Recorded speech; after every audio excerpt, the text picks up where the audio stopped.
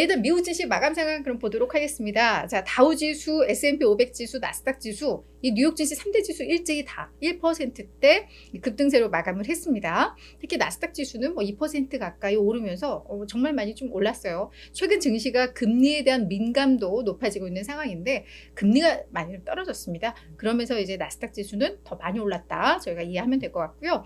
주간 기준으로도 모두 다 올랐어요. 그래서 뭐 다우 그리고 S&P는 1% 후반대, 그리고 나스닥 지수는 2.6% 주간 기준으로도 이 상승률을 기록을 했는데 다우 지수는 지금 5주 만에 상승 전환을 한 거고요. S&P는 4주 만에 또 상승세로 돌아섰습니다.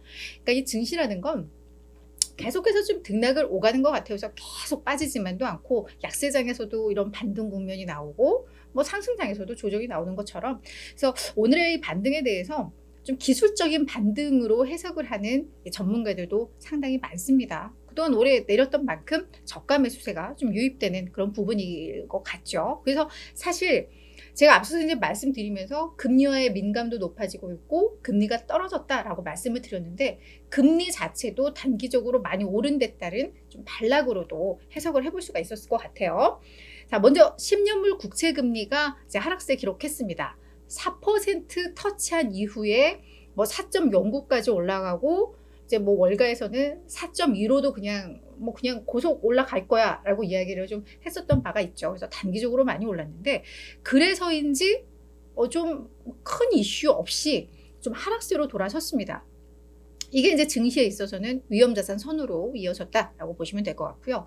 다만 오전 10시쯤에 이 ISM 서비스업 구매 관리자 지수가 발표가 나왔는데 이게 시장 예상보다 높게 나왔어요. 그러니까 서비스업 경기가 이제 좋다라는 의미인데 뭐 이렇게 되다 보니까 잠시 증시가 상승 탄력이 둔화되고 그때 이제 금리가 오르는 그런 움직임들도 있었는데 우리가 잠깐 시장에서 위축 이러기는 했었지만 다시 원 자리를 찾아가면서 계속해서 증시는 상승폭을 높여가면서 상승했다. 그걸 이제 제가 말씀드린 걸 도표로 제가 준비를 해왔는데요.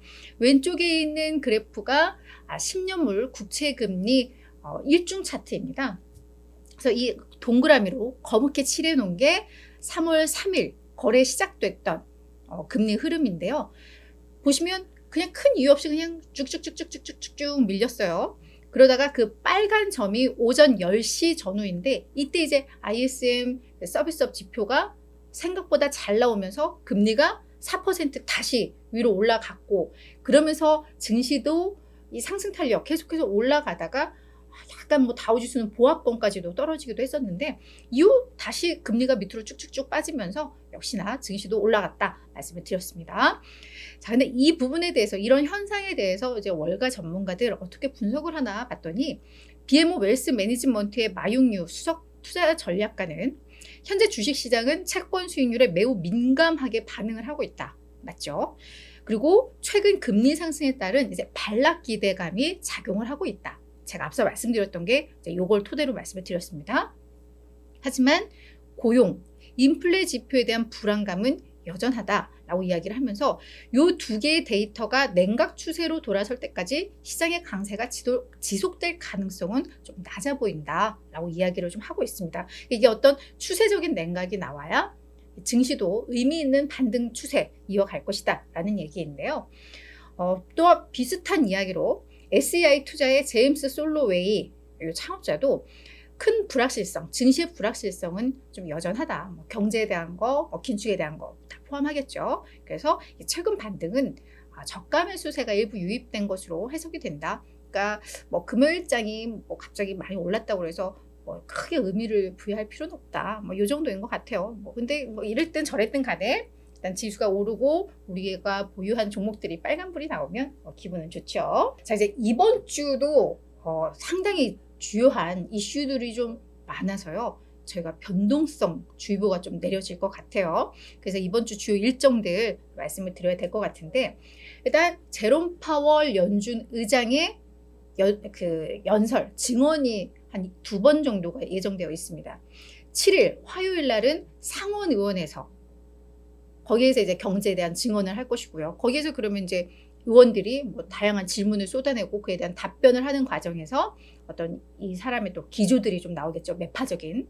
그래서 이제 7일 날 상원에서 있고 8일 수요일에는 또 하원에서 증언이 있습니다. 그래서 요 두 개의 이슈도 꽤 중요한 이슈로 좀 손꼽히고요. 무엇보다 이번 주에는 고용 지표들이 쏟아집니다. 그 민간 지표라고 할 수 있는 ADP 비농업부문 고용 변화 있고 구인 이직 보고서 뭐 몇 명의 구인을 하는데 뭐 지금 뭐 이게 그래서 구직자들의 몇 배이고 이런 수치 나오는 구인 이직 보고서 발표가 있고요.